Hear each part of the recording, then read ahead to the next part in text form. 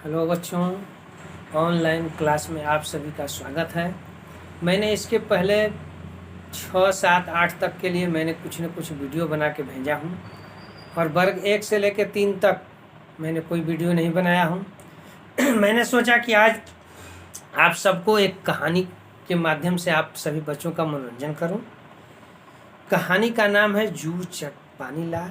इसे कवि सर्वेश्वर दयाल सक्सेना द्वारा लिखा गया है और इसे आप सुनेंगे और आनंद लेंगे। बच्चों को कहानी ज़्यादा प्रिय होती है, या तो नाना नानी से सुनना चाहते हैं या अपने शिक्षकों से सुनना चाहते हैं। तो कहानी का शुरुआत एक गांव से है।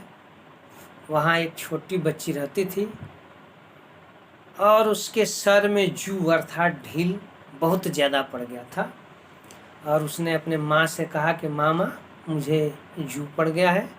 तो माँ ने कहा कि ठीक है, पड़ गया है तो आओ, तुम्हारा जू मैं निकाल दे रहा हूँ।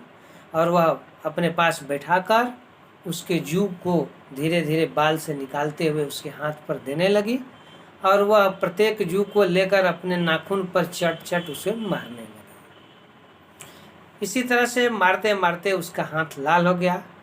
जब सर से उसका जू पूरा समाप्त हो गया तो उसका हाथ बहुत ज़्यादा लाल हो गया था। तो वह अपने हाथ को लेकर गई नदी में धोने के लिए।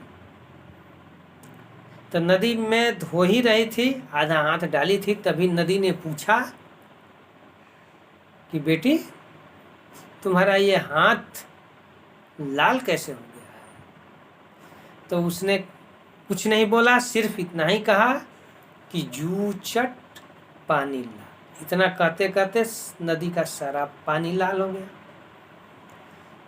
थोड़े देर बाद एक गाय आई। गाय जब पानी पीने जा रही है तो देख रही है कि नदी का पानी लाल हो गया है।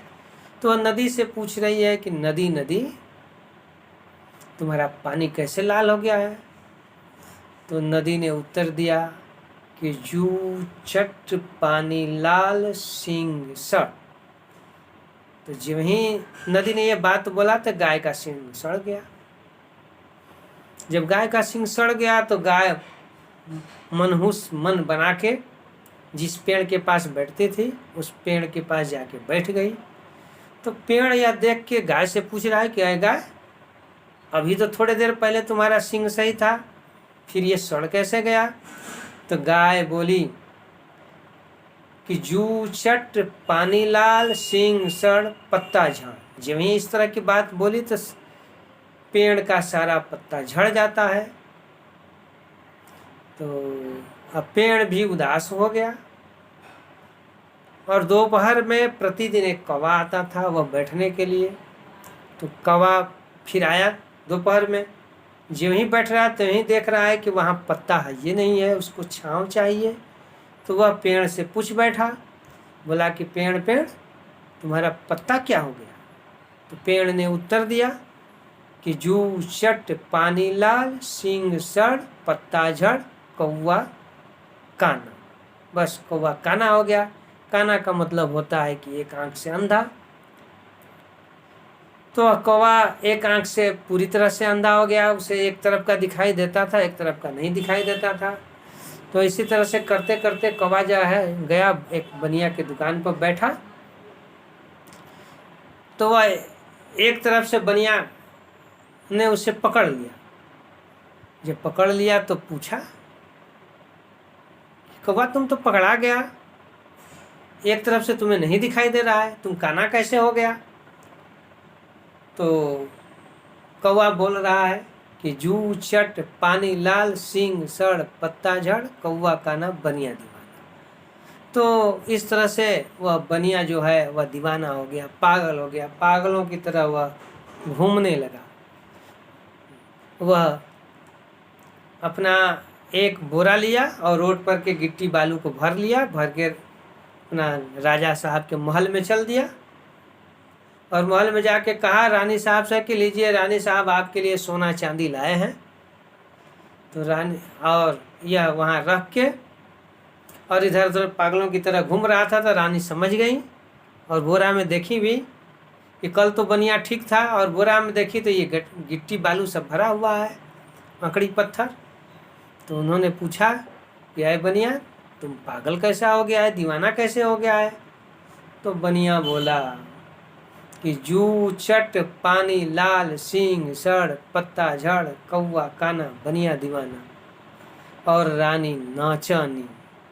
इतना कहते कहते रानी वहीं से ठुमुक ठुमुक नाचने लगी। हाँ, वो सब कोई जो देख रहा है वो देख रहा है, तमाशा देखने लगा कि रानी भाई क्यों नाचने लगी।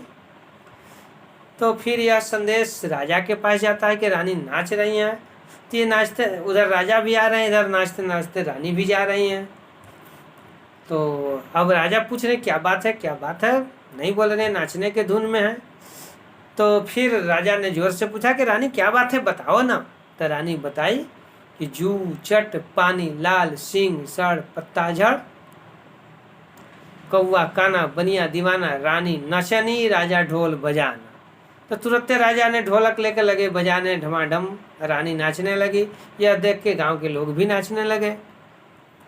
तो इस तरह से पूरा तमाशा बन गया। लोगों को समझ में नहीं आया कि क्या कारण है।